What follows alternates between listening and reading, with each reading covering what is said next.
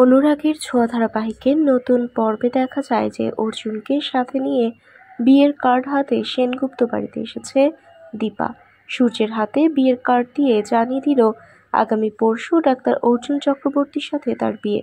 শুধু কি তাই, যাওয়ার সময় দীপা আরও বলল, আপনি আর আপনার প্রাণের প্রিয় ছেলের মাকে নিয়ে অবশ্যই আমাদের বিয়েতে আসবেন।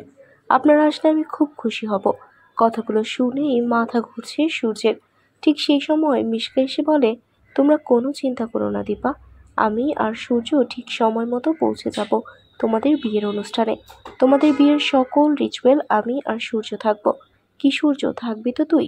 সূর্য কিছু বলার আগে লাবণ্য সেনগুপ্ত এগিয়ে এসে মিশকাকে প্রথমে সাবধান করে দিল, পরে কথা না শোনায় থাপ্পড় মেরে জানিয়ে দিল, দীপা আর সূর্যের বিষয়ে আর একটা কথা যদি তুমি বলো তাহলে আমি কিন্তু তোমাকে আর এই বাড়িতে ঠাঁই দেবো না।